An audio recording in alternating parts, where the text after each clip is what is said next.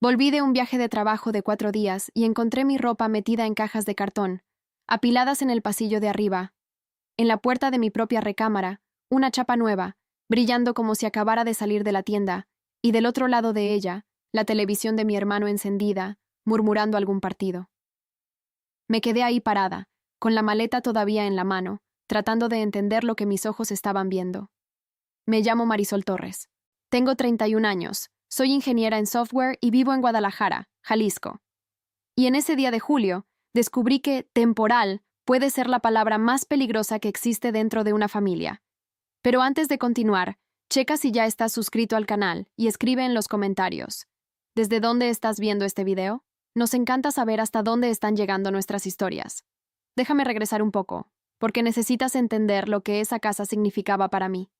Era una casa de 2 pisos, con patio grande, en una calle tranquila, de las afueras de Guadalajara, por la zona de Zapopan. La compré yo sola, a los 29 años, sin ayuda de nadie, sin aval, sin nada.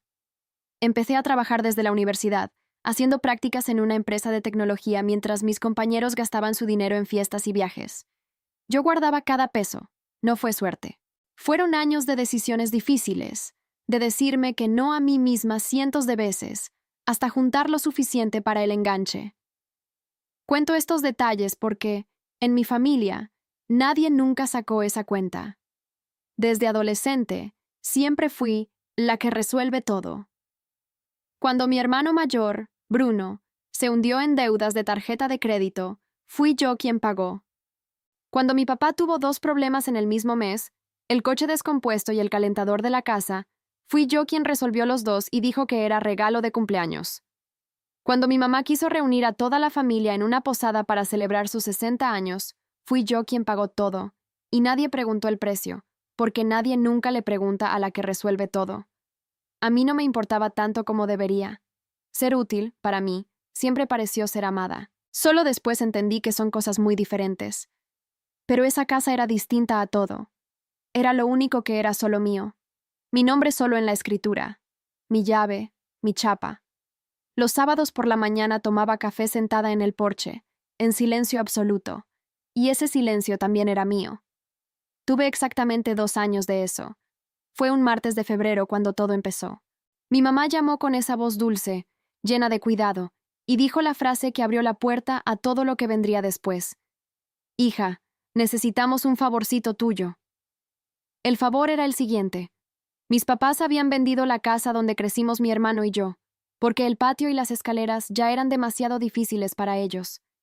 Ya habían dado el enganche de un departamento nuevo, en un condominio para personas mayores, del otro lado de la ciudad. La constructora prometía entregarlo en 6 semanas. Solo que, mientras tanto, a mi papá le tenían que operar la rodilla, y no se podía rentar nada temporal con él en andadera. Mi mamá me explicó todo con ese modo suave que tiene. Es solo mientras el departamento está listo, hija. Tienes tanto espacio. Y mira, yo no soy de piedra. Es mi papá. Claro que los iba a dejar quedarse. Pero yo ya había visto a familias enteras destruirse por acuerdos temporales que nunca tuvieron fecha límite. Entonces hice lo que hago en el trabajo cuando un proyecto tiene contornos demasiado vagos. Lo puse todo por escrito. Escribí un correo a mis papás esa misma noche, con un tono amable, pero con las reglas bien claras. Se quedarían en el cuarto de visitas. Dividiríamos los recibos de agua y luz. Y puse una fecha, 8 semanas, ya con un margen de seguridad sobre el plazo de la constructora. Releí el correo 2 veces antes de enviarlo, sintiendo esa mezcla extraña de sentirme inteligente y al mismo tiempo culpable, como cuando haces que tu propia familia firme un contrato para entrar a tu casa. Mi mamá respondió 4 minutos después. Ni una frase. Solo un corazoncito rojo. En ese momento, lo entendí como un sí. Hoy sé que no lo era. Un corazoncito no es una respuesta. Es una puerta que dejaste sin seguro. Se mudaron a mediados de marzo, 2 días antes de la cirugía de mi papá. Y la primera semana fue tranquila, de verdad. Llevé a mi papá al hospital, me quedé con mi mamá en la sala de espera, arreglé el cuarto de visitas con todo lo que él necesitaba. Eso es lo que hace una familia, y lo hice con el corazón abierto. El problema empezó en la segunda semana. Llegué del trabajo y mi cocina estaba toda reacomodada. Las ollas donde iban los tazones, mis cuchillos buenos escondidos en un cajón porque, Según mi mamá, así la cocina fluye mejor. Mi cafetera fue a parar al gabinete más alto para hacerle espacio a la cafetera grande de mi mamá. Después llegó el sillón reclinable de mi papá, sacado de la bodega. Un mueble enorme que aterrizó en mi sala como si hubiera caído del cielo, justo frente a la televisión, que a partir de ese día nunca más se apagó. Yo bajaba a las 6 de la mañana y la casa ya olía a comida, y parecía un programa de radio antiguo, con el volumen a todo lo que da. Eran cosas pequeñas.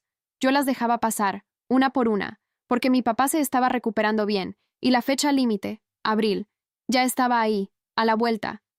Solo que abril llegó, y la constructora llamó avisando que la entrega se había atrasado hasta junio. Problemas de abasto, dijeron. Mi mamá me dio la noticia con un brillo raro en los ojos, dándome unas palmaditas en el brazo.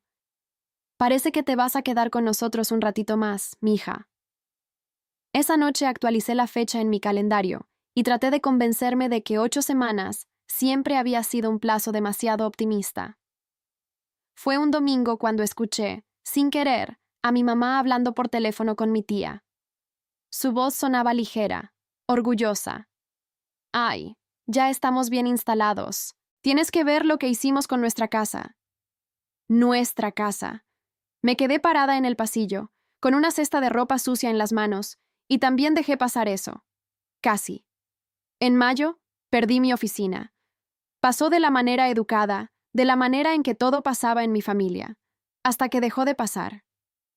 El fisioterapeuta de mi papá le recomendó una bicicleta fija y unas bandas elásticas, y mi mamá decidió que el único lugar posible para eso era mi oficina en la planta baja, el único cuarto donde yo podía cerrar la puerta y trabajar en paz. Le dije que trabajaba desde casa 3 días a la semana. Sonrió como si le hubiera dicho algo chistosito, y sin más movió mi monitor a la mesa del comedor. «Eres joven, hija. Puedes trabajar en cualquier lado. Tu papá necesita su equipo en un solo piso». Y así, durante todo ese final de primavera, tenía juntas de trabajo en la mesa del comedor, mientras un programa de televisión explotaba de fondo y la cafetera gigante burbujeaba como un pantano. Me silenciaba para decir, «Mamá, estoy presentando». Y ella me susurraba de vuelta, «No me hagas caso», mientras guardaba los trastes haciendo el mayor ruido posible. Siendo justa, mi papá hizo su terapia física derechito. Se puso más fuerte. Dejó la andadera. A principios de junio ya estaba manejando otra vez, subiendo escaleras sin ninguna dificultad, lo cual significaba, si alguien se hubiera detenido a pensarlo, que el motivo médico de toda esa estancia ya se había terminado. Nadie se detuvo a pensarlo. Yo marqué mentalmente finales de junio como la fecha de mi ajuste de cuentas. Un ajuste amable, con derecho a pastel, pero un ajuste al fin. Fue entonces cuando mi teléfono sonó y el nombre que apareció en la pantalla fue Bruno. Mi hermano nunca me llamaba. Solo llamaba cuando algo estaba descompuesto. Esta vez, lo descompuesto era su vida entera. Bruno tenía 35 años, 4 más que yo, y hasta abril de ese año trabajaba como supervisor de producción en una planta de autopartes cerca de Tlaquepaque. La planta recortó una tercera parte de su personal, y él estaba en esa tercera parte. Lo escondió de todos durante 2 meses, viviendo del dinero de la liquidación, mientras le decía a su esposa, Camila, que las cosas se estaban arreglando. Camila tenía 4 meses de embarazo. El contrato de renta de ellos vencía en junio, y el dueño quería la renovación firmada o las llaves de vuelta. Todo esto salió en una sola llamada larga y cargada de resentimiento, en la que mi hermano nunca dijo la palabra perdón, ni la palabra por favor. Lo que dijo fue, «Oye, estábamos pensando en quedarnos en tu casa hasta que nazca el bebé. Mi mamá ya dijo que tiene sentido». Me quedé mirando la pared por un segundo. Le dije, con cuidado, que sentía mucho lo del despido, que íbamos a resolverlo, pero que necesitaba pensar que era posible, porque mi casa ya estaba llena y recibir a toda la familia estaba empezando a pesar demasiado. Eso no es un no, lo sé. Ya repasé esa escena cientos de veces en mi cabeza y todavía no era un no. Era un déjame pensarlo, que venía de una mujer entrenada toda su vida para nunca decir otra cosa. Ese viernes viajé a una junta de trabajo que ya estaba programada desde hacía meses. El domingo por la noche recibí un mensaje de mi mejor amiga, Renata, que vive a 3 cuadras de mí. «Oye, pregunta random, ¿Sabías que hay un camión de mudanza en tu cochera? Me quedé parada en la ventana del hotel haciendo la cuenta del uso horario y entendí que, fuera cual fuera mi decisión, ya no importaba. Mi mamá ya había abierto la puerta de mi casa por mí. Llegué a casa el lunes por la noche y encontré el lugar tomado. La camioneta de mi hermano estacionada en mi lugar. El segundo cuarto de visitas, el pequeño, donde yo guardaba mi caminadora, lleno hasta el techo con sus cosas y lo que sobraba ocupando la mitad de mi bodega. Camila, de voz dulce y panza enorme, me abrazó en la puerta y me dijo que el viaje había estado cansado. Bruno también me abrazó, emocionado, como si fuera un reencuentro que yo hubiera ganado. Miren nada más quién llegó, la dueña de la casa. Mi mamá estaba detrás de ellos, sonriendo como quien organizó una fiesta sorpresa. La familia cuida a la familia, dijo, apretándome el brazo. No sonreí y me tragué eso. Dije, enfrente de todos, que eso no era lo que habíamos acordado, que yo había pedido tiempo para pensarlo, y que 6 semanas era el límite absoluto para que encontraran un lugar propio. Ya vamos a empezar a buscar departamento esta semana, dije yo. Bruno se rió y me hizo un gesto con la mano, como restándole importancia. Relájate, es temporal. Ya pareces dueña de un edificio cobrando renta. Todos se rieron, hasta mi papá, y la conversación siguió hacia colores para el cuarto del bebé, como si eso hubiera sido solo una nube pasajera. Más tarde esa noche, cargué una caja que estaba bloqueando la entrada. Me fijé en la etiqueta, escrita con letra gruesa de plumón, closet de la recámara principal. No decía cocina, ni cuarto de visitas, como suelen decir las cajas de mudanza normales. Decía recámara principal. Me quedé parada sosteniendo esa caja, escuchando a mi hermano reírse de algo en la televisión de mi sala, y un pensamiento helado se instaló en mi cabeza. Él no había hecho esa maleta para una visita, la había hecho para una casa que ya consideraba suya. Déjame contarte lo que temporal me costó. La mensualidad de mi casa, con impuestos y seguro, era una cantidad considerable cada mes. Eso ya era mío, está bien, yo había firmado por eso. Pero en julio, el recibo de agua y luz, para 5 adultos usando ropa lavada, agua caliente y una tele que nunca se apagaba, casi se duplicó.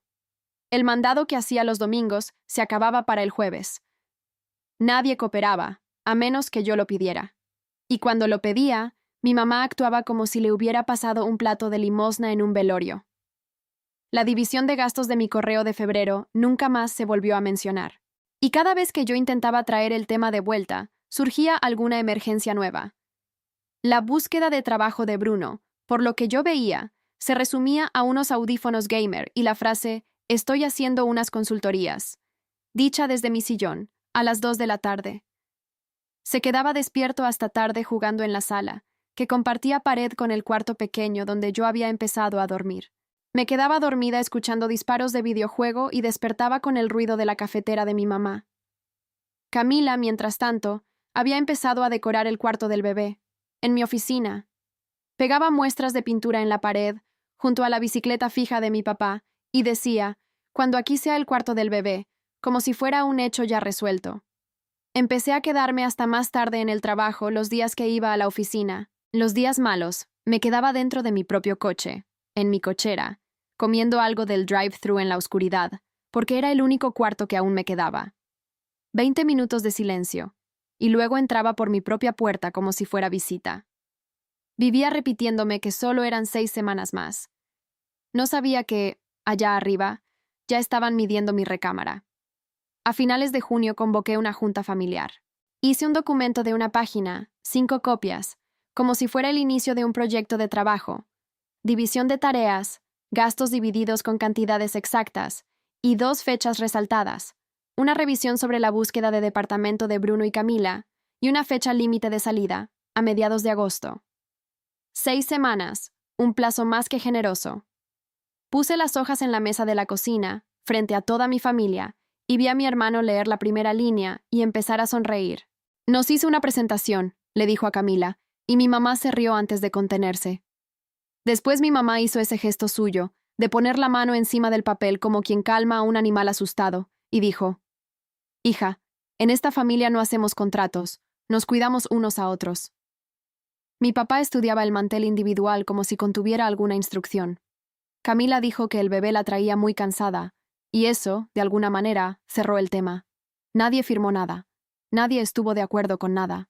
Las hojas terminaron debajo de una caja de pizza antes de las 8 de la noche. Esa misma noche hice algo pequeño que terminó siendo fundamental. Abrí una nota en el celular y empecé a anotar.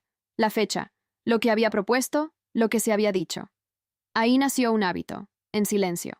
Si alguna vez te quedaste en tu propia cocina, sosteniendo un plan, mientras tu familia se reía de él, ya sabes cómo duele eso. Y me encantaría escuchar tu versión en los comentarios. Y si alguna vez fuiste la responsable de tu familia, dale like y suscríbete, porque necesitamos encontrarnos. 10 días después de esa junta, volví a viajar por trabajo. Y esa fue la última noche que dormí en mi propia recámara. Ya conoces la escena que encontré al volver, pero déjame contarla bien, porque los detalles importan. Era el lunes después de un puente. Entré a la casa arrastrando la maleta, subí las escaleras, y en el pasillo, frente al cuarto pequeño, había 4 cajas de cartón con mi nombre escrito. Mi ropa doblada por manos que no eran las mías. El cajón de mi buró vaciado dentro de una bolsa de plástico. Mis libros apilados de lado como leña. Encima de una de las cajas, boca abajo, estaba la foto enmarcada del día en que firmé la escritura de la casa. Yo, sonriendo en el porche, con las llaves en la mano. Y en la puerta de mi recámara principal, donde nunca había existido chapa porque yo vivía sola, ahora había una manija de latón brillante, con ojo de cerradura. Toqué la puerta. Mi hermano abrió como quien recibe a un repartidor. Sin camisa, tranquilo, con un partido de fútbol pasando en mi televisión detrás de él.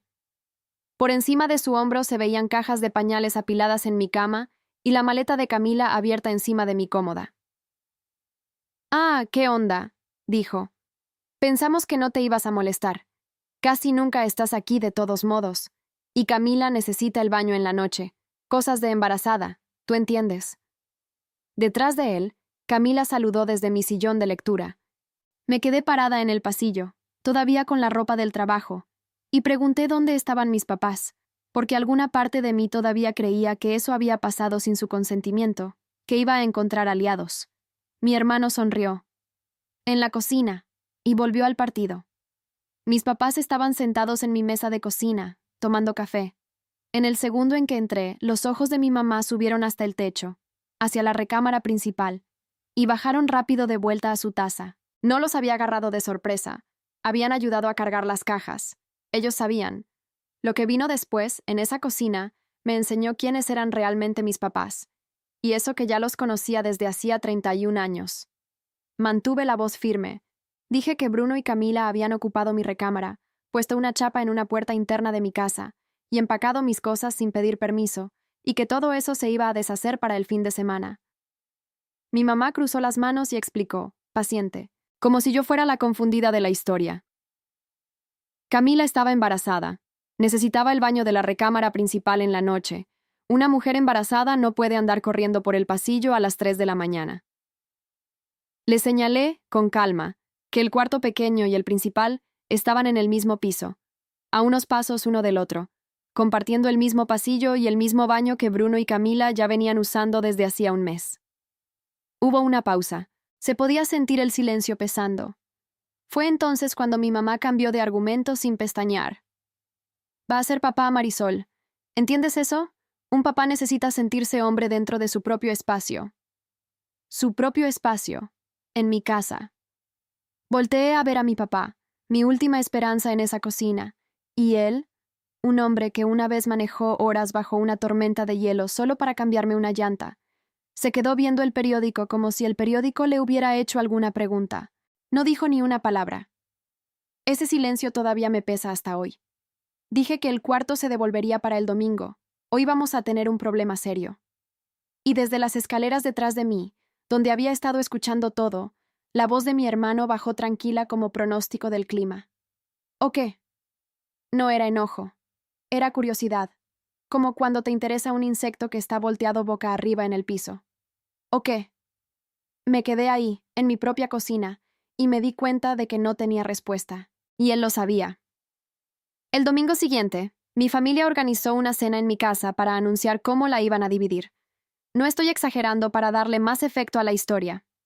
Mi mamá hizo un asado, puso un mantel bonito en la mesa, y cuando recogieron los platos, mi hermano se paró en la cabecera de la mesa, en mi silla, además, y presentó lo que llamó el plan familiar, con la confianza animada de quien presenta resultados trimestrales. Su familia en crecimiento, explicó, necesitaba espacio de verdad, así que se quedarían con la recámara principal. Eso ya estaba decidido, obviamente. Mi oficina se convertiría en el cuarto del bebé. Camila ya había elegido el color de pintura. Se quedarían con la sala en las noches como espacio familiar y con la mitad de la cochera para sus herramientas y las cosas del bebé. Básicamente, la parte de arriba al frente es nuestro espacio personal, dijo, dibujando una línea imaginaria en el aire sobre mi mesa. Y tú te quedas con tu cuarto y la cocina, ya que eres tú la que cocina de todos modos. Sonrió como si hubiera hecho un cumplido. Esperé a que mis papás se rieran, porque objetivamente eso era ridículo. Un hombre sin trabajo y sin contrato de renta, dentro de una casa que no era suya, autoasignándose la mitad de la propiedad. Mi mamá asintió, de acuerdo.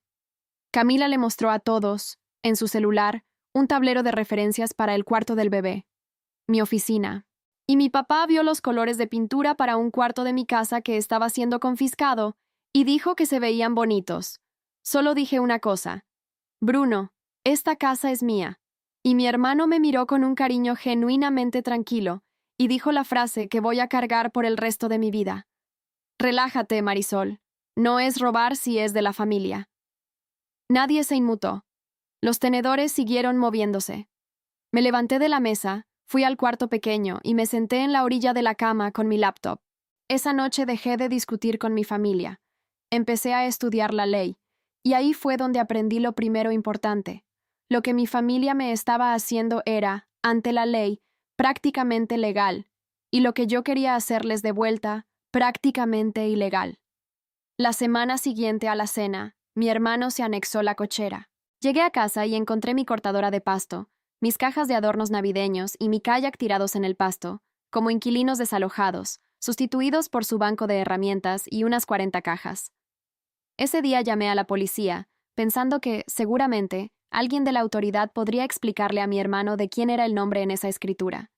Vino un oficial, educado, más o menos de mi edad, escuchó a todos con calma, y luego me pidió hablar en privado en mi propio porche. Me explicó que mis papás y mi hermano llevaban meses viviendo ahí. Recibían correspondencia en esa dirección. Eso los convertía, en la práctica, en residentes de la casa, sin importar de quién fuera la escritura. Si yo cambiaba las chapas o ponía sus cosas en la banqueta, la que estaría cometiendo un delito sería yo. A eso le llaman desalojo ilegal, y los residentes hasta pueden demandar al dueño del inmueble por eso. La manera correcta es hacer un desalojo formal, como haría cualquier propietario con un inquilino, dijo, casi disculpándose. Desalojo. La palabra cayó en mi calle tranquila como una piedra atravesando una ventana. Me acuerdo de soltar una risa corta, nada divertida, y preguntarle si hablaba en serio. ¿Desalojar a mis propios papás? Se encogió de hombros, como alguien que ya vio esta misma película en cocheras más bonitas que la mía. Es un asunto civil, señora. Lo siento. Entiende la posición en la que estaba, porque necesito que veas esto con claridad. La misma ley que protegía mi casa también protegía a quien me la estaba quitando. Y cada opción rápida y satisfactoria que le estás gritando a la pantalla ahora mismo me habría metido en una demanda, con mi nombre del lado equivocado. A la mañana siguiente, antes del trabajo, hice algo que parecía pequeño y terminó siendo el parteaguas de toda mi vida. Agarré una carpeta roja, de las últimas cosas que quedaban en lo que sobraba de mi oficina, y empecé a llenarla. La escritura, solo con mi nombre. Los documentos de la compra, de hacía 2 años. Los comprobantes de la mensualidad, todos pagados de mi cuenta. El correo que les había mandado a mis papás en febrero, con el plazo de 8 semanas. La captura de pantalla del corazoncito que mi mamá había respondido, con fecha y hora. Los recibos de luz de antes y después. Fotos de la chapa nueva en la puerta de mi recámara, de las cajas con mi nombre, del kayak tirado en el pasto. La nota del celular sobre la junta familiar, impresa. 10 minutos de silencio, sentada en la mesa del comedor, mientras la cafetera de mi mamá burbujeaba de fondo y mis manos estaban completamente firmes. Y fue ahí cuando me di cuenta de que alguna parte de mí ya había decidido. Después hice la parte que todavía me marca hasta hoy. No guardé esa carpeta dentro de la casa. Ya no había gaveta, closet ni cuarto ahí en el que confiara que fuera a seguir siendo mío. Así que fui al coche, todavía con la ropa del trabajo. Abrí la cajuela y escondí la carpeta roja debajo de la llanta de refacción. Mis documentos estaban más seguros en un estacionamiento que en mi propia casa. A la hora de la comida, sentada en ese mismo coche, hice 2 llamadas. La primera a Renata, mi mejor amiga, porque cuando estás a punto de hacer algo enorme, se lo cuentas a tu mejor amiga. La segunda a un despacho de abogados especializado en derecho inmobiliario. La abogada se llamaba Carla Domínguez. Carla tenía el pelo entrecano, un apretón de manos firme y una oficina con vista al juzgado, donde claramente vivía más que en su propia casa. Leyó mi carpeta roja, página por página, sin ninguna expresión, y después me dio primero la mala noticia. Porque así es como trabajan los buenos abogados. No habría nada rápido en eso. Mi familia entraba en lo que la ley llama ocupantes por tolerancia. Personas viviendo en una casa con el permiso del dueño, sin pagar nada, sin contrato. Sacarlos de ahí de manera legal era un proceso por etapas, sin atajos. Primer paso: una notificación por escrito terminando el permiso para vivir ahí, con un plazo de 30 días. Segundo paso: si seguían ahí, una notificación final, de pocos días, avisando que se iniciaría una demanda de desalojo. Tercer paso: si aún así seguían, meter la demanda de verdad al juzgado, esperar una audiencia, y si yo ganaba, una orden de restitución de posesión, con actuario judicial y todo. Calculó de 2 a 3 meses, de principio a fin, si nada salía mal. Sus honorarios eran considerables. Pero luego me dio la buena noticia, dando golpecitos con el dedo en la escritura. Propiedad solo a mi nombre, sin contrato de renta, sin haber recibido nunca ni un peso, con notificaciones que yo podía comprobar. Legalmente, este es el caso más limpio que voy a ver este mes, dijo. Emocionalmente, es el peor tipo que atiendo. Cerró la pluma y me miró de esa manera en que imagino que los cirujanos miran a alguien antes de programar la operación. Señora Marisol, casi nadie demanda a su propia mamá. Sea cual sea el resultado, la familia que tenía antes de estos papeles, esa versión se acaba aquí. ¿Está segura? Me quedé viendo la ventana de su oficina, hacia el juzgado, durante un buen rato. Le dije que necesitaba una semana más. No porque dudara de la ley. Quería darle a mi familia una última oportunidad de ser, de verdad, mi familia. Una semana después, un jueves, llegué a casa y pedí que todos se sentaran. Puse en la mesa una propuesta que todavía creo que era más generosa de lo que se merecían. Mis papás podían quedarse hasta que el departamento nuevo estuviera listo. De verdad, con cariño, sin plazo apretado. A cambio, ellos me apoyarían en una sola cosa. Bruno y Camila necesitaban tener su propio lugar antes de que naciera el bebé. Y para hacer eso realidad, yo le daría a mi hermano una cantidad de dinero para ayudarle con el depósito de un departamento, además de pagar la mudanza. Un regalo, no un préstamo. Todo lo que quería a cambio era mi recámara de vuelta, mi oficina de vuelta, y una fecha marcada. Vi a mi hermano escuchar todo eso con los brazos cruzados, con una sonrisita paciente, como quien espera a que un niño termine de contar un chiste sin gracia. Después hizo su contrapropuesta. Había pensado bastante, dijo, y la jugada inteligente para la familia, a largo plazo, sería que yo le vendiera la mitad de la casa al valor de hace años, antes de que subiera el mercado, porque si no básicamente estás robando a tu propio hermano. Él me pagaría de vuelta mensualmente, sin intereses, en cuanto consiguiera trabajo. O, más sencillo todavía, y aquí hasta estiró la mano y me dio unas palmaditas. Yo podía simplemente poner su nombre en la escritura. Por la estabilidad del bebé, Marisol. Es solo una firma.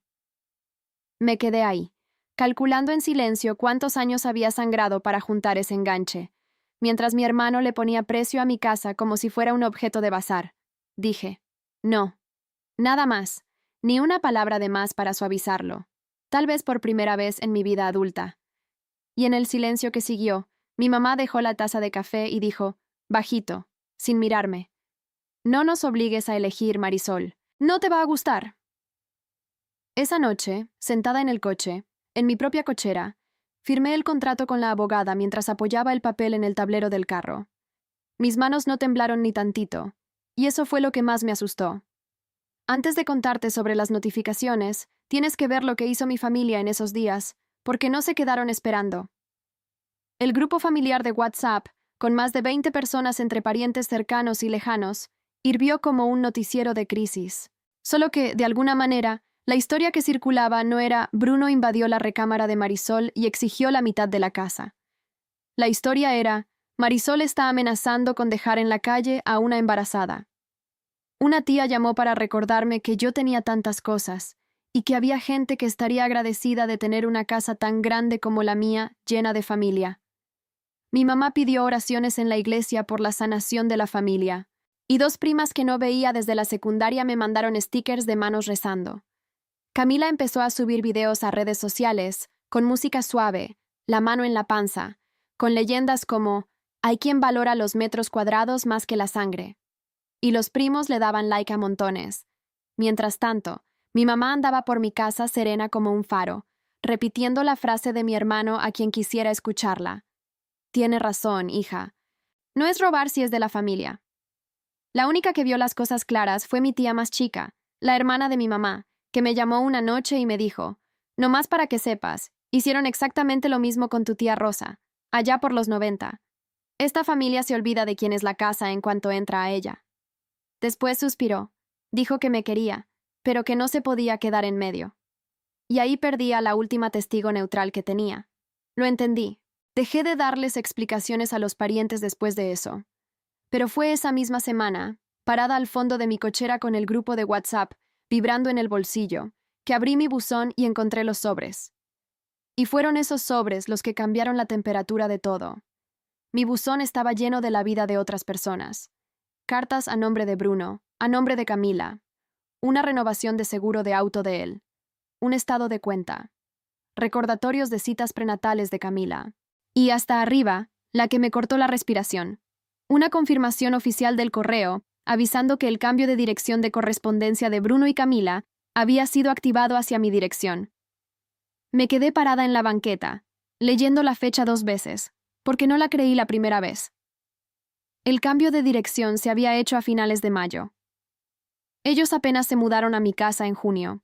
Mi hermano había redirigido toda su vida burocrática a mi dirección antes incluso de que las cajas cruzaran mi puerta, antes incluso de que yo hubiera dado cualquier respuesta. Una carta más en medio de la pila, un documento del seguro de desempleo, con su nombre en mi dirección, como si esa ya fuera su casa desde hacía mucho tiempo. Llevé la pila adentro y la puse en la barra, frente a él, y le pregunté, con calma, qué significaba esa fecha en el cambio de dirección. Y mi hermano, quiero que escuches esto tal como yo lo escuché, en un fregadero de cocina, con el tono de quien explica reglas de estacionamiento, dijo, «Significa que me sé mis derechos, manita. Investígale». Dio 2 golpecitos en la barra con los dedos y volvió al partido. Ahí estaba. Ninguna confusión, ninguna desesperación, ningún accidente de hermano desempleado. Había estudiado la ley de ocupación antes incluso de cargar la primera caja. La toma de mi casa no era una familia pasando por un momento difícil, era un plan. Y yo fui la última en enterarme. Si se te revolvió el estómago igual que a mí, hazme un favor. Suscríbete ahora, porque lo que hice en los 60 días siguientes es la parte que mi familia hasta hoy no cuenta en las reuniones familiares. Él tenía razón en algo, eso sí. Yo no podía simplemente sacarlos a la fuerza, solo que ese simplemente me iba a costar muchísimo trabajo. Entregué las notificaciones formales a toda mi familia. Carla preparó los documentos, uno para cada quien, mi papá, mi mamá, mi hermano, mi cuñada, terminando el permiso de vivir en la casa en 30 días. Las copias salieron por correo certificado esa misma mañana, y Carla fue clara. El correo por sí solo ya valía legalmente. Pero yo decidí que mis papás no se iban a enterar de eso por mano de un cartero. Se iban a enterar por mí, en la misma mesa donde habían aceptado, con un movimiento de cabeza, dividir mi recámara. Renata vino esa noche, como testigo, mientras yo cocinaba la cena para 6 personas como si fuera un jueves cualquiera. Cuando recogimos los platos, puse un sobre frente a cada quien y dije la única frase que había ensayado. «Los quiero, y en 30 días, esta deja de ser su dirección. Me quedé ahí, viendo a las personas por quienes había cargado toda la vida abrir esa carta. Mi mamá leyó 2 líneas, entendió, y se levantó de la silla con un sonido que nunca antes le había escuchado, mitad sollozo, mitad furia, diciendo que le estaba haciendo eso a su propia mamá, que esa familia estaba maldita desde el día en que compré esa casa. Camila lloró dentro de su vaso de agua. Mi hermano ni siquiera terminó de leer. Me miró a los ojos, sonrió y rompió la notificación a la mitad, como un boleto perdedor. Y escuché en mi cabeza la voz seca de mi abogada, exactamente como lo había predicho. El papel roto sigue contando como notificado. Mi papá leyó cada palabra, por el frente y por atrás, despacio. Después dobló la hoja en 4, la guardó en la bolsa de la camisa, detrás de sus lentes de lectura, y se fue a levantar la mesa en silencio. Mi mamá gritó. Mi hermano se rió. Mi papá guardó la notificación de desalojo como quien guarda un recibo.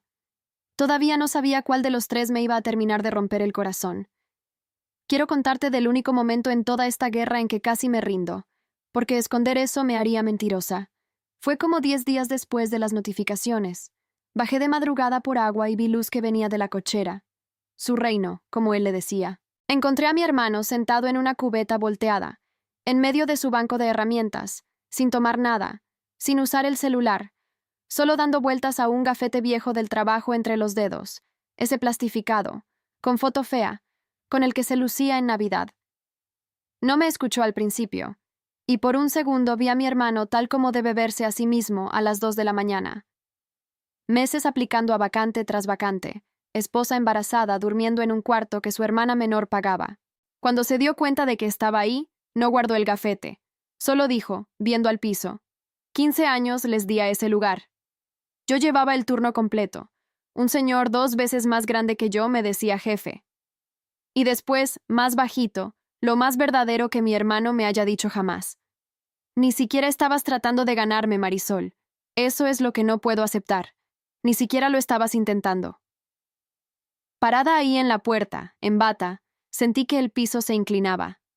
Pensé en romper las 4 notificaciones, en lo fácil que sería volver a ser la que resuelve todo, amada y útil, y lentamente borrada. La lástima es arena movediza. Ya estaba hundida hasta las rodillas. Pero llegó la mañana, y mi hermano pasó junto a mí en la cafetera, me dio unas palmaditas en la cabeza como quien le da palmaditas a un niño y dijo, ¿dormiste bien en tu cuartito?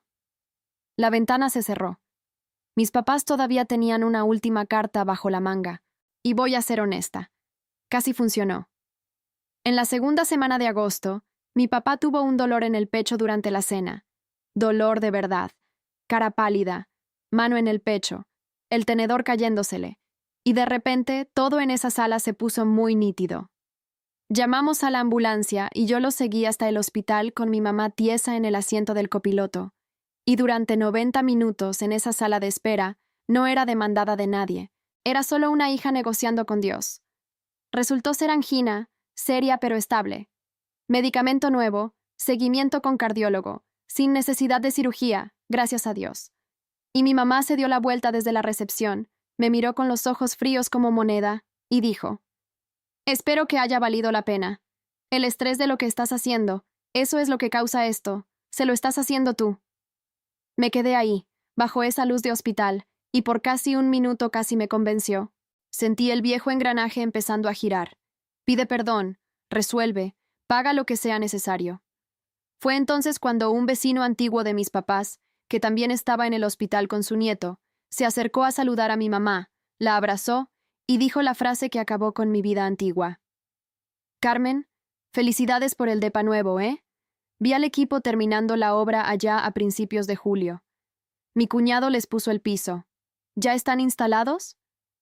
Principios de julio. Vi la cara de mi mamá hacer algo que nunca antes había visto. Volteó rápido a verme antes de responderle al vecino. Y esa mirada me lo contó todo. El departamento no se había atrasado hasta fin de año. Estaba listo desde hacía más de un mes. Podrían haber cerrado el trato, hecho las maletas y salido antes de que yo siquiera imprimiera una notificación. Y se quedaron en mi mesa dejando que la historia del retraso siguiera, porque mi mamá quería a toda la familia bajo el mismo techo cuando naciera su nieto. «No nos obligues a elegir», había dicho ella. Ya habían elegido, mucho antes de que yo preguntara nada. Los 30 días se acabaron a finales de agosto. Nadie armó una sola caja. El plazo pasó como quien ignora un reto. Ese sábado, mi hermano hizo una carne asada en mi patio. Una decena de sus amigos alrededor de mi mesa de jardín, hamburguesas en mi asador, que ya había reclamado como suyo en la gran anexión de la cochera, música a todo volumen, y mi hermano sentado en una silla de playa como un hombre exhibiendo su propiedad. Cruzamos miradas por la ventana de la cocina y levantó su lata de refresco unos centímetros. Un pequeño brindis. Traducción. Te toca, hermanita. Ya me había leído, y para ser justa, era una lectura basada en 31 años de datos. Marisol cede. Marisol paga. Marisol nunca llega hasta el final si eso hace llorar a mamá. El martes siguiente al puente hice mi movimiento. Carla ya tenía preparadas las notificaciones finales, esas obligatorias por ley antes de meter la demanda de desalojo, con el texto resaltado hasta arriba. Se le solicita desocupar el inmueble. Si no lo hace, se podrá iniciar una demanda de desalojo en su contra. Le entregué una a cada quien, y pegué una copia en la puerta de entrada, dentro de una funda de plástico, bien visible para cualquier vecino que pasara. Porque en algún momento, la vergüenza deja de ser algo que te asusta y se convierte en una herramienta que ya te cansaste de pagar caro. Mi mamá agarró la suya y se encerró en el cuarto de visitas. Camila filmó la suya para subirla a redes. Y mi hermano leyó la suya en el patio, se rió con desdén y dio su último reporte de campo. No vas a hacer esto. ¿Demanda? ¿Tú? Tú nunca, en toda tu vida, llegaste hasta el final de nada que hiciera llorar a mamá. Eres la buena, ¿te acuerdas? Devolvió la notificación como quien devuelve un volante de limpieza de canaletas. Estaba apostando todo a la Marisol de antes. Lo que no sabía era que esa Marisol había muerto en un hospital, en algún punto entre el saludo de un desconocido y la mirada fría de mi mamá. El viernes siguiente pedí permiso en el trabajo. Fui al centro y estacioné frente al juzgado. Saqué de la cajuela la carpeta roja, ya un poco desteñida en las orillas por el sol, y 20 minutos después estaba en el mostrador, metiendo una demanda de desalojo de verdad, con todo el papeleo de mi abogada y una cuota de ingreso. La empleada, con lentes de armazón brillante, revisó el expediente y selló mi copia sin pestañear. Torres contra Torres. Debe ver decenas de estas cada semana. Pero yo me quedé ahí parada un segundo más de lo necesario, viendo ese título. El despacho más triste que jamás existió. La audiencia quedó programada para 18 días después, ante un juez auxiliar. Cuando el actuario entregó la notificación en mi casa, mi familia finalmente me creyó, y la reacción de cada quien lo dijo todo sobre quiénes eran. Mi mamá se quedó callada y le llamó al pastor de la iglesia. Los videos de Camila se convirtieron en una serie, y mi hermano se fue con todo, anunciando bien fuerte, a mi mamá, al grupo de WhatsApp, a sus amigos en mi patio, su tesis legal. Le iba a decir al juez que yo le había prometido la mitad de la casa, que él había invertido sudor ahí, porque lijó una pared de mi oficina para el cuarto del bebé, que una hermana que ganaba lo que yo ganaba tenía obligaciones, y que cualquier juez con corazón iba a entender eso. Carla escuchó todo lo que le conté y se quedó callada un segundo, y pude sentir que no estaba sonriendo. Nada por escrito, ninguna escritura, ni un peso pagado, dijo. La ley exige que las promesas sobre bienes inmuebles estén registradas por escrito, y el juzgado no reconoce tableros de referencias de redes sociales como prueba. ¿Qué de ese discurso? 18 días para la audiencia. Mi familia usó cada uno de ellos. Vinieron en oleadas, y quiero que veas las tres, porque juntas casi lo logran. La primera oleada fue la emboscada. Llegué a casa un sábado, 2 semanas antes de la audiencia, y encontré a 30 personas en mi sala, listones decorativos en la chimenea, un pastel enorme en la mesa de centro que decía, con betún azul, «Bienvenidos a la casa de los Torres». El baby shower de Camila, en mi casa, organizado por mi mamá, y nadie me había avisado, porque según ella, mientras rellenaba el ponche, no pensamos que fueras a querer participar, considerando todo. Felicité a un cuarto lleno de mujeres que ya habían leído sobre mí en el grupo de WhatsApp, y comí un pedazo de ese pastel, parada, en mi propia cocina, como si fuera la mesera del evento. Y, mira, sí estaba bueno el pastel. La segunda oleada fue la delegación. 2 días después, mi tío y el pastor de la iglesia de mi mamá aparecieron y me sentaron en mi propia mesa para una plática de sanación, que en realidad era una propuesta. Yo retiraba la demanda. Bruno y Camila se quedaban un año más para reorganizarse, y la familia seguía adelante con gracia. Un año, ahora por escrito. Eso sí lo habían aprendido de mí, al menos. La tercera oleada fue Camila, sola conmigo en el pasillo, en la noche, manos en la panza, voz temblorosa. ¿De verdad vas a dejar en la calle a un recién nacido? Y esa sí me dolió, lo admito. Esa noche me senté en la cama pequeña con el pulgar sobre el número de mi abogada, a un toque de renunciar a todo. Le llamé a Renata en cambio. Me escuchó, y luego hizo la única pregunta que importaba. Explícame el trato, Marisol. ¿Qué ganas tú con esto? Empecé a responder y me detuve. Tú ganas seguir pagando, dijo. Ese es el trato. Ese es el trato completo. La audiencia era un martes. El lunes por la noche, mi mamá tocó la puerta de mi recámara con su propuesta final. Tocó, lo cual de por sí ya debería haberme alertado. Nadie había tocado una puerta en esa casa en meses. Se sentó en la orilla de la cama pequeña donde yo dormía desde julio. Alisó la colcha que ella misma había hecho cuando yo estaba en la universidad, y por primera vez en todo ese año, me habló con su voz de verdad, esa de antes, la que me leía cuentos cuando era niña. Ríndete, hija. Mañana en la mañana, llámale a la abogada. Ríndete. Y olvidamos que todo esto pasó. Eres mi hija. No te quiero perder por una casa. Y aquí necesito ser honesta sobre el precio de las cosas, porque normal no era una propuesta pequeña. Normal significaba cena de domingo y la voz de mi mamá en la cocina. Normal significaba estar en el hospital en noviembre, cuando mi sobrino soltara su primer llanto, en vez de enterarme por el grupo de WhatsApp del que me habían sacado. Normal era lo que yo llevaba pagando, en abonos, desde los 19 años, y mi mamá me lo estaba ofreciendo, una última vez, al mismo precio de siempre. Todo lo que tenía. Esa es la decisión que nadie te cuenta en estas historias.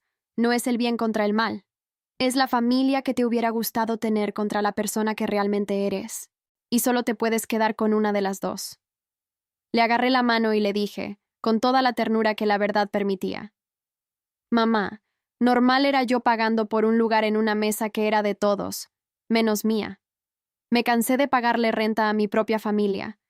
Prefiero ser tu hija que tu inquilina, pero ya no voy a ser tu banco. Retiró la mano y la voz de verdad desapareció, y el faro volvió a tomar su lugar. Entonces vas a sentarte sola en ese juzgado, dijo, ya en la puerta. Casi acierta. Mi mamá no fue al juzgado. Mi hermano sí. Y llevó un discurso preparado. Si nunca has visto una audiencia de desalojo, olvídate del drama de telenovela.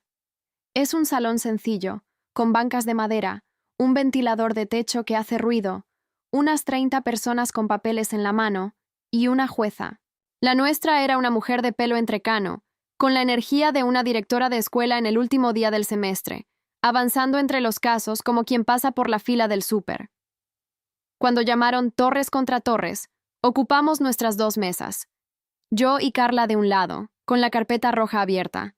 Bruno del otro con el traje bueno que le había comprado mi mamá. Camila a su lado, a pocas semanas de dar a luz, vestida como si fuera testigo de iglesia. La jueza hizo sus preguntas en un tono que ya debía haber usado miles de veces. ¿De quién es el nombre en la escritura? Solo mío. Copia certificada entregada. ¿Existe contrato de renta? No. ¿Se ha pagado alguna renta en algún momento? Ninguna. Y la vi voltear a ver a Bruno esperando alguna contradicción, pero él lo confirmó con orgullo, porque en su cabeza, pagar renta habría sido la mayor ofensa posible. ¿Las notificaciones se entregaron correctamente? Notificación de 30 días y la final, con comprobante de correo certificado, declaración de testigo, fotografías. La jueza fue asintiendo, como quien revisa una lista. Después mi hermano se paró y dio su discurso. Y le doy crédito. Lo había ensayado. Habló sobre lo que significa la familia, sobre promesas verbales, sobre la pared que había lijado, sobre sudor invertido, sobre una hermana con 2 fuentes de ingresos y mucha suerte. La jueza escuchó con la barbilla apoyada en la mano hasta que terminó, y luego le hizo 4 preguntitas. ¿Tiene esa promesa por escrito? ¿Su nombre está en la escritura o en el crédito hipotecario? ¿Pagó algo por la propiedad? ¿De cualquier forma? ¿Discute que haya recibido la notificación correctamente? 4 noes, cada uno más bajito que el anterior, y quedó cerrado. La ley exige que las promesas sobre bienes inmuebles estén registradas por escrito, no guardadas con cariño en la memoria, explicó. Decisión a favor de la demandante. Orden de restitución de posesión a expedirse. Desalojo del inmueble en 10 días. 90 segundos de preguntas. A eso se redujo el imperio de mi hermano. En el pasillo, después, Bruno explotó. Me llamó traidora de la familia, lo suficientemente fuerte como para que un oficial se acercara. Dijo que yo había comprado a la jueza como compraba todo. Esperé a que se quedara sin aire, y le devolví sus propias palabras, en el mismo volumen de una conversación de cocina. Siempre dices que no es robar si es de la familia. La jueza nomás le puso otro nombre a eso. Y porque 15 años de cuentas finalmente se estaban cerrando, agregué. Me enseñaste que la familia lleva registro, Bruno. Yo nomás fui la primera en escribirlo en papel. La ley dio 10 días. Mis papás usaron 2. Mi hermano usó cada hora que tuvo, y un poco más. Mis papás cerraron el trato del departamento esa misma semana. El departamento que ya estaba listo desde julio, hecho que nadie mencionó y que todos sabían. La camioneta de mudanza llegó un jueves. Mi mamá supervisó cómo cargaban el sillón reclinable y la cafetera grande con la postura de una reina destronada. Y cuando entró la última caja, se quedó parada en mi porche, volteó a ver la casa, como quien mira a una persona que la decepcionó, y soltó su frase de despedida. Espero que esta casa te mantenga calientita, Marisol. Sin abrazo. Bajó los escalones, se subió a la camioneta. Eso todavía duele. Y decidí que tiene permiso de doler. Pero mi papá se quedó un minuto más. Y esa fue la parte que no vi venir. Él, que se había quedado casi mudo todo el verano, agarró su vieja caja de herramientas y fue hasta el portón de atrás, ese que rechinaba desde marzo, el que había prometido arreglar cuando apenas podía caminar. Le puso aceite a las bisagras, ajustó el seguro, hasta que el portón abrió en silencio. Después entró a la cocina, puso la llave de mi casa sobre la barra y al lado, un sobre con dinero. Para ayudar con los recibos de luz, dijo, es la mitad, o casi. Y entonces mi papá miró hacia algún punto detrás de mí y dio el discurso más largo que le haya escuchado jamás. Vi que esto le pasó a tu tía Rosa. Toda la familia acampada en su casa. La llamaron egoísta cuando finalmente gritó. Me prometí a mí mismo que nunca me iba a quedar callado así otra vez. Agarró la caja de herramientas. Resulta que el silencio es algo que se hereda, hija. Perdóname. Y para lo que valga, merecías saber la verdad de ese departamento meses antes de que un desconocido te lo contara por casualidad en una sala de espera. Yo lo sabía, solo que no tuve el valor de decírtelo yo mismo. Ya se había ido antes de que yo pudiera decir nada. Un juego de llaves de vuelta, faltaba una. Mi hermano tenía 10 días y se los pasó encerrado en mi recámara principal. Su último acto fue tan estratégico como el resto del plan. No buscó departamento. No le llamó a la asistencia jurídica gratuita que el juzgado le había indicado. Se pasó los 10 días contándole al grupo de WhatsApp que yo nunca iba a llegar hasta el final, que la jueza había sido solo formalidad, que Marisol siempre cede. Al 10º día, un actuario tocó la puerta, revisó la orden judicial y pegó el aviso oficial en mi puerta de entrada. Y la mañana del desalojo, llegó un equipo con el actuario para sacar, cosa por cosa, todo lo que mi hermano se negó a sacar por su cuenta. Le pedí a la abogada, todo el tiempo, que hiciéramos eso con el mayor cuidado posible. Las cosas del bebé se separaron primero, se envolvieron, se guardaron en la cochera. Ninguna cuna terminó en la banqueta, a pesar de lo que hasta hoy dicen en el grupo de WhatsApp.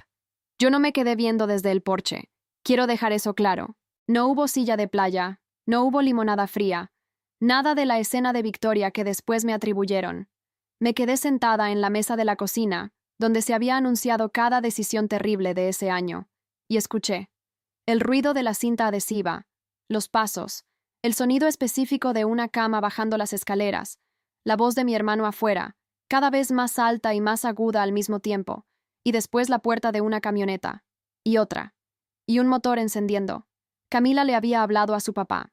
Un hombre grande y callado, jubilado, apareció en su camioneta, visiblemente incómodo, y cargó la vida de su hija embarazada, casi sin decir nada. Lo único que escuché, por la ventana, fue a él diciéndole a Bruno, que estaba en medio de un discurso sobre traición y sangre: «Hijo, nadie te quitó nada. Súbete a la camioneta». Se fueron a las 4 de la tarde. Esa noche, por primera vez en 7 meses, escuché mi refrigerador zumbando. Hay gente que paga terapia carísima para sentir una fracción del alivio que me dio ese sonido. El sábado vino el cerrajero, ya legalmente, gloriosamente, aburridamente legal, y cambió todas las chapas mientras yo tomaba café en el porche como quien vuelve a aprender un idioma antiguo. Después caminé por mi propia casa como una visitante conociendo el lugar por primera vez. Agujeros de taladro en la pared de la recámara principal, donde mi hermano había instalado su tele. La marca de cinta en el piso de la sala, donde había marcado el espacio familiar. Una pared de la oficina todavía con la base de pintura gris, el único trabajo que el sudor invertido de mi hermano en verdad terminó. Me quedé parada en medio de la recámara principal, en silencio, e hice la cuenta que había estado evitando todo el año. No la cuenta de los honorarios de la abogada, ni de la cuota de la demanda, ni de los recibos de luz, ni de las décadas de rescates económicos de antes. La cuenta de verdad. Había pasado 15 años pagando peaje por un club que me decía que ese peaje era amor. Cada rescate, cada no que me tragué, cada cheque que escribí para comprar un mes más de pertenencia. Eso era renta, y la había pagado puntualmente. Y en el momento en que dejé de pagar, pusieron a otra persona en mi recámara y me llamaron egoísta por reclamar. «Me enseñaste que la familia lleva registro», le había dicho a mi hermano. Fue ahí, parada en ese cuarto vacío, donde de verdad entendí, siempre llevaron registro. Lo único que yo cambié fue negarme a perder a propósito. Abrí las ventanas. El aire de septiembre atravesó esa casa como un enjuague. Dormí esa noche en mi propia cama, en mi propia recámara, detrás de una puerta sin chapa, porque ya no la necesitaba. Dormí como quien sabe que la deuda está saldada. Y aquí viene el final, honesto, sin moño para disfrazarlo. Mi sobrino nació en noviembre, sano, con la cara parecida a la de mi papá, según la foto que la prima de Renata le mostró. No me enteré por nadie directo. Ya estaba fuera del grupo de WhatsApp desde septiembre. Aún así mandé un regalo, un fondo de ahorro para la universidad, y una nota para mi hermano, sin ningún abogado de por medio. Solo. Felicidades. La puerta no está cerrada con seguro. Con cariño, Marisol.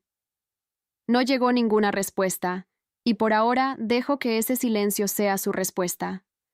El recibo de luz volvió a la normalidad, lo cual se sintió casi como un descuento en mi cordura. Mi oficina volvió a ser mi oficina, con una excepción que mantengo a propósito, la pared gris que mi hermano dejó sin terminar. Y en algunas mañanas la veo, y me hace el trabajo de toda una sesión de terapia. Mi tía me llama los domingos ahora. El resto de la familia se enfrió a algo entre educado y helado, y la versión que cuentan en las reuniones es que yo eché a la familia a la calle por un cuarto. Dejé de rentarle espacio a esa conversación también. ¿Y yo?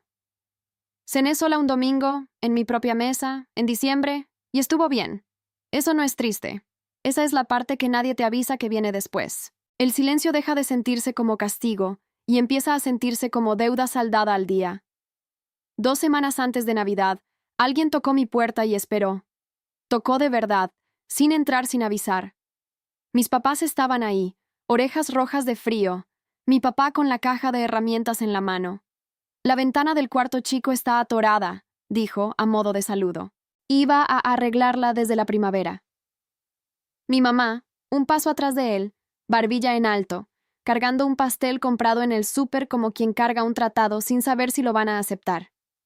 Quiero dejar bien claro qué fue eso y qué no fue. No fue una disculpa. Mi mamá no hace eso. No hubo discurso grande, ni lágrimas, ni música de fondo. Fueron solo 2 personas que ya habían agotado todas las versiones de la historia en las que eran las víctimas, paradas en el porche, pidiendo entrar. Los dejé pasar. Mi papá arregló la ventana. Mi mamá puso la mesa sin reacomodar un solo gabinete, lo cual, viniendo de ella, es casi una rendición. Cenamos, y fue cuidadoso y pequeño, y en algunos momentos, casi cálido. Y a las 7 de la noche se pusieron los abrigos, porque ahora la cena tenía hora de empezar y hora de terminar, como todo tratado civilizado. En la puerta, Mi mamá se detuvo y miró alrededor del pasillo, hacia esa casa que nos había costado tanto a todos, y dijo bajito: «Es una buena casa, Marisol». Viniendo de ella, eso ya era el discurso completo. Le dije: «Lo sé, mamá». Y cerré la puerta con seguro detrás de ellos. Y la chapa era solo una chapa. Tengo un cajón en mi cocina donde guardo una copia de la llave extra, brillando, sin el desgaste de la expectativa de nadie, esperando el día en que alguien de mi familia se gane el derecho de recibirla de vuelta. Y puede que esa espera dure años. Ya hice las paces con eso. Porque eso fue lo que me enseñó este año terrible y necesario. Una familia que solo te ama cuando estás pagando no te está amando. Te está cobrando. Y lo más amable que puedes hacer, por ellos y por ti misma, es cerrar la cuenta y ver quién sigue apareciendo en tu puerta. Esta es mi historia. Una carpeta roja, 2 rondas de notificaciones, 4 nombres en una demanda judicial y una llave extra todavía esperando en un cajón. Si la estadía temporal de alguien te está borrando lentamente de tu propia casa, tómalo como una señal. Ponlo por escrito hoy mismo. Ahora, si te gustó esta historia, dale clic a suscribirse y cuéntame en los comentarios: ¿qué parte te dejó con la boca abierta? Ah, y no olvides hacerte miembro para tener acceso a videos exclusivos que no publico aquí. Te espero ahí.